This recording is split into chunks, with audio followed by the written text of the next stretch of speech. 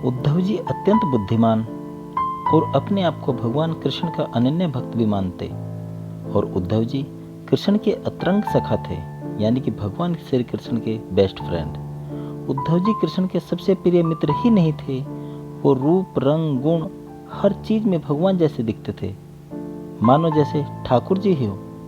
ज्ञान में उद्धव जी ने देवताओं के गुरु बृहस्पति जी से विद्या प्राप्त की थी। ठाकुर जी यमुना के किनारे बैठे हैं, आज सोच रहे हैं कि आज ये यमुना इतनी शांत क्यों है।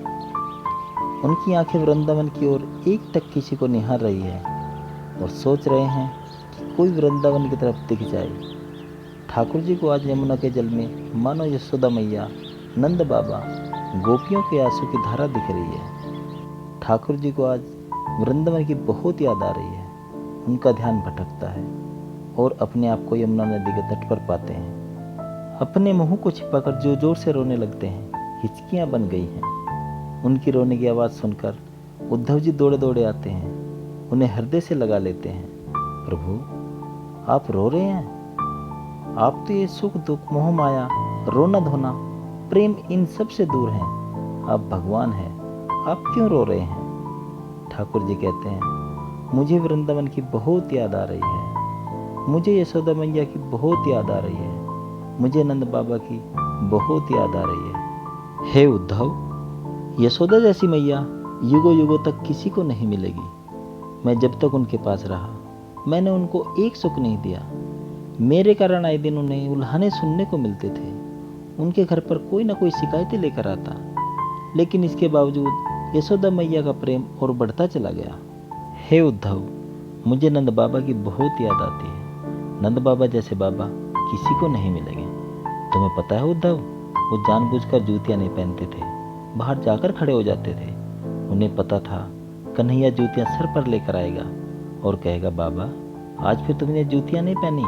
और उद्धव, मैं दावे के साथ कह सकता हूँ कि मैं जब से यहाँ आया हूँ, मेरे बाबा ने जूतियां नहीं पहनी होंगी। ठाकुर जी उद्धव से कहते हैं, उससे ज़्यादा दुख मैंने उन भोली भाली गोपियों को दिया है। उद्धव, एक दिन मैया ने मुझे डांटते हुए कहा, कान्हा, ये गोपियाँ इतनी धनवान थोड़ी ही है जो तू उनकी हांडियाँ फोड़ता है और उनका सारा माखन गिरा देता है। जो गोपियाँ बेचने जा रही होती हैं और वो कुछ भी बेच नहीं पाती। उद्धव, उसके बाद मैं कई दिनों तक माखन चोरी करने नहीं गया और कुछ दिन बाद वो सारी गोपियाँ मेरे घर आ गई और कहती हैं, यशोदा, कान्हा सिर्फ तुम्हारा ही बेटा है क्या? हमारा कुछ नहीं। मटकियाँ फोड़ते हैं तो फोड़ने दो, चोरी करता है तो करने दो, पर असल में गरीब हम उस दिन हो जाएंगे जिस दिन कन्हैया हमारे घर नहीं आएगा। भोजन तो हम उस दिन नहीं करते यशोदा जिस दिन कन्हैया चोरी करने हमारे घर नहीं आता। कभी मत कहना हम गरीब हैं, हम दुनिया में सबसे धनवान हैं जब कान्हा हमारे पास है। उद्धव, उससे ज़्यादा दुख मैंने अपनी राधे को दिया। और राधे राधे कहकर ठाकुर जी रोने लगे। हे उद्धव, तुम अभी भक्ति को पहचानते नहीं हो।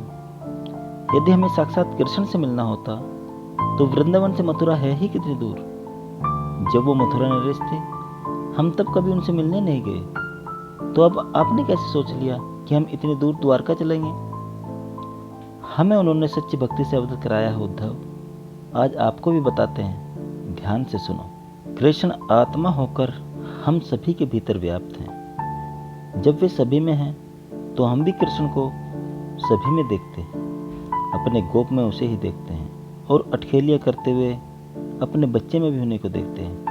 यहाँ तक कि प्रत्येक गाय को भी कृष्ण की ही गाय मानते हुए सेवा करते हैं। आप हमको ले जाने आए हैं। आपको हमें ले जाने का अर्थ है कि अब हमारे प्रस्थान का समय हो गया है। समय आ गया है जब ये सभी बूंदे वापस गागर में समा जाएं।